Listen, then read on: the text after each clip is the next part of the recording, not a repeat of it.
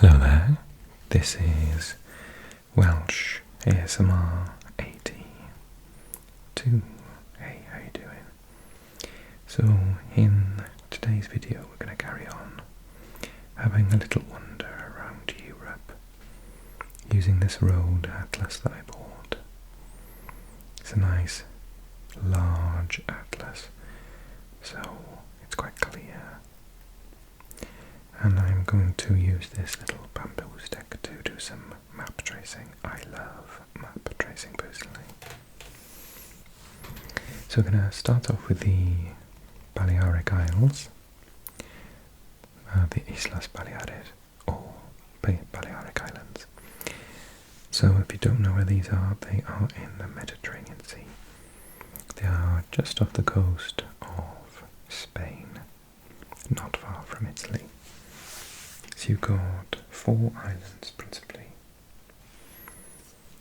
You've got the main island here, Mallorca,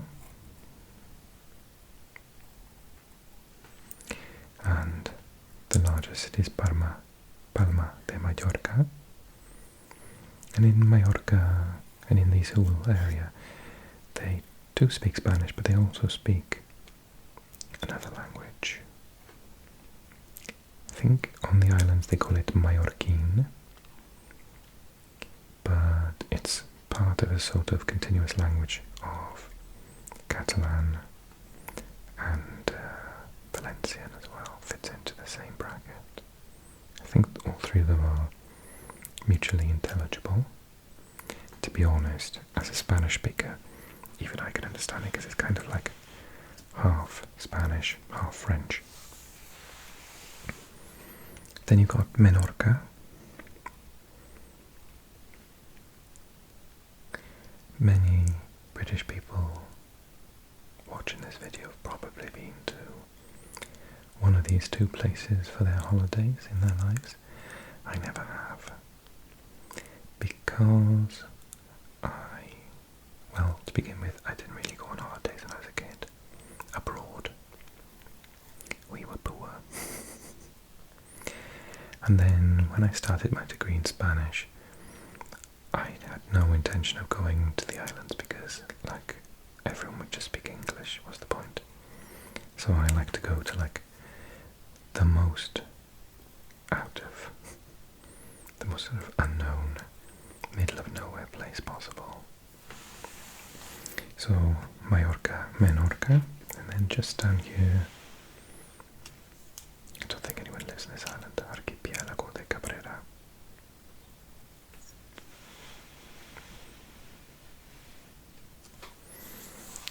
Ibiza, lots of British people have been there. And Formentera is the lesser known of the 4 islands. I think it's quite quiet in comparison. So if you are British and you go to Ibiza, actually Ibiza is the sort of other name for it. Ibiza is the local name. How interesting, I never knew that. What was I saying? Oh yeah, so it's a party island. So if you're American, to understand this is like spring break all of the time. No, apparently in the winter time it's quite nice.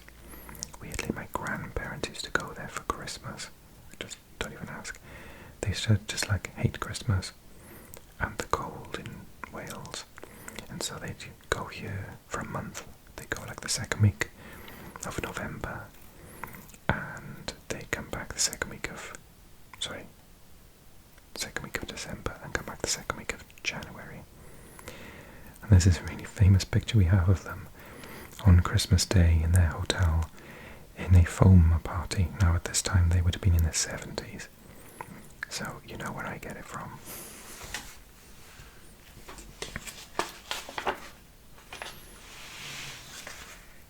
Okay.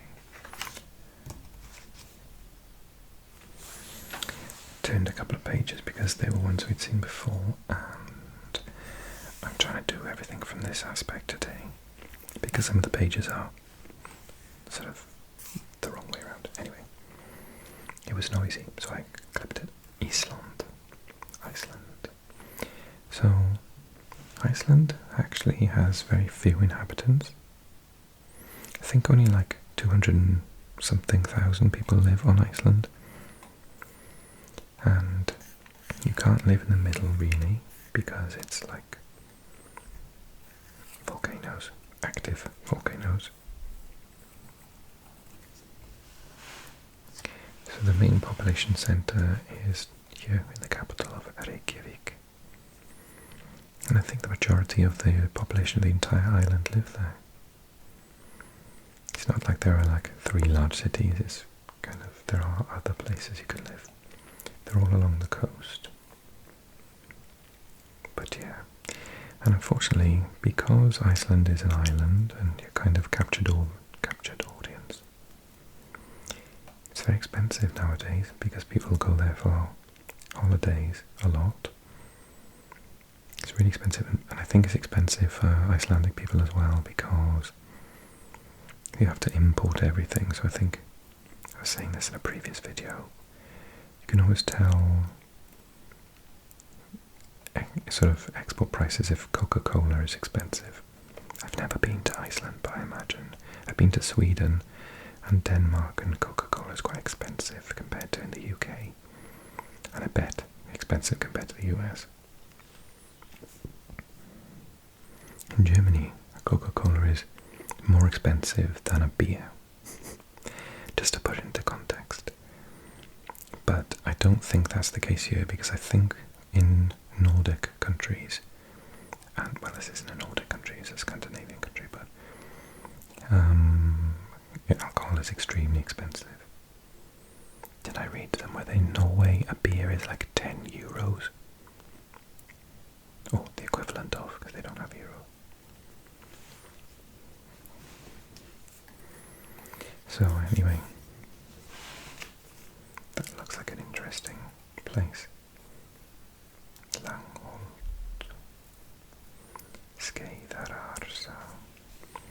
I'd really like to learn Icelandic.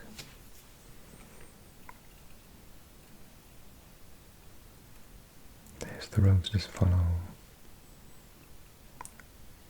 more or less the coast. It's very rocky in the centre.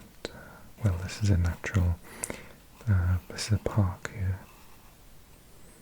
Vat Najökull. Laugar. Grimstafir.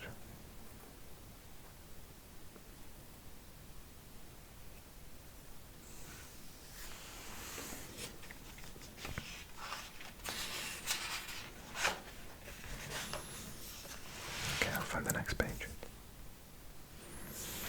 And then we're going for a complete change in climate, because we are in the southern tip of Greece. And Greece is made up of so many islands, and the capital is actually on a peninsula of the mainland, which is Athena. So that's on the tip there. So that's, if I show you the page above, as you can see the mainland, come down, and then Athens is at the bottom of it.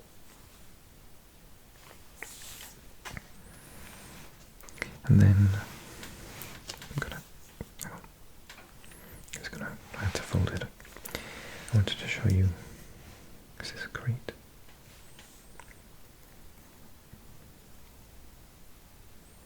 Iraklio, yes, Crete, Crete in Greek. Kritiko Pelagos, Sea of Crete. So Crete is quite a large island amongst the islands of Greece.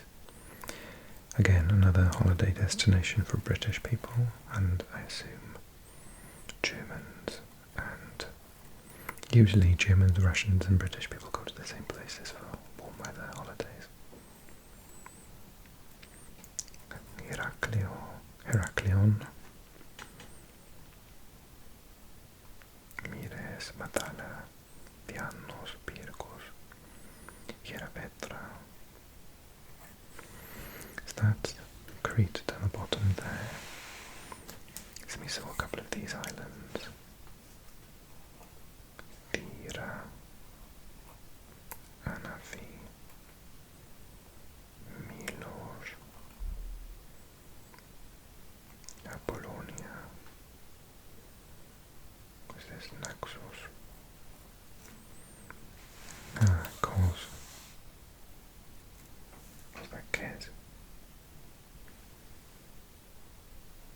maybe there's Kea. What's that? Iceland, buddy. Triopida. Syros. Mykonos. Mykonos is popular amongst British people as well. Tinos, Andros.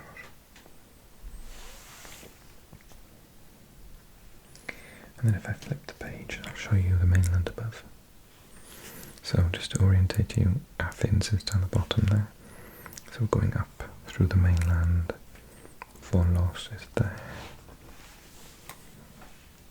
Preveza, Lefkada, Astakos, Ioannina. And then we go up the coast and we get to Thessaloniki. This is the border here, the northern part of Greece. And several countries border Greece. This one is Albania, I believe. Shqiperia, yes, Albania. Then this one is I believe is North Macedonia. Yes, Severna Macedonia, North Macedonia. I mentioned this in a previous video, but it's a good time to bring it up again. That Macedonia was, up until recently, maybe 2-3 years ago, called the former Yugoslavic Republic of Macedonia. And I think this area here of Greece is called Macedonia. They had really strained relations because they were like, well, we are Macedonia, you can't be Macedonia.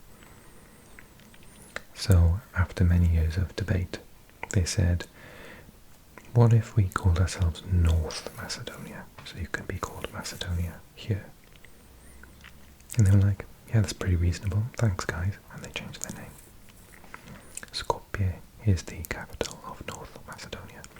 Has to be said, one of the coolest flags in the world is that one with the red background, the yellow sun, and all the beams of light of the sun coming off it. Very cool flag.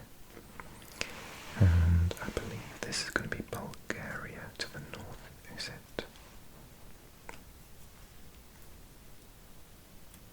I think this is Bulgaria. If that says Plovdiv, which I think it does, then it's definitely Bulgaria. Can't see a B or anything. Blagoevgrad. I think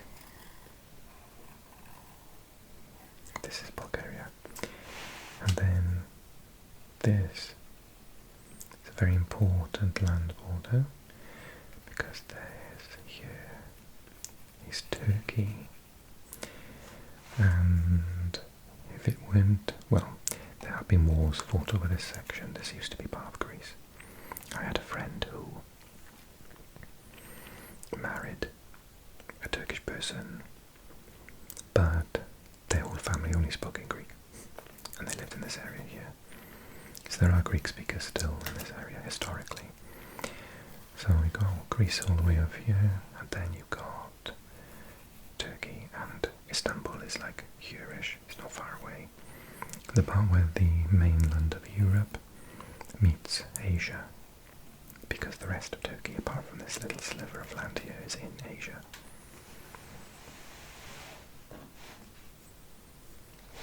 And then, so Lesbos is another island that's quite famous. As we can see, then there's a line there, and then this is Turkey. So many of these Greek islands are way closer to Turkey than they are to Greece. Limnos. What's this one? Samothraki. Sounds like one of the languages from Game of Thrones, something. Whereas Imros, because the other side of the yellow line is part of Greece. Chios. There's the line there.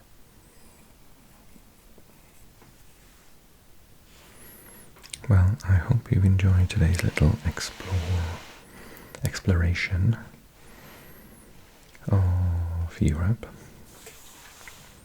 And if you want to drop a comment, please do with some additional information. I always read comments.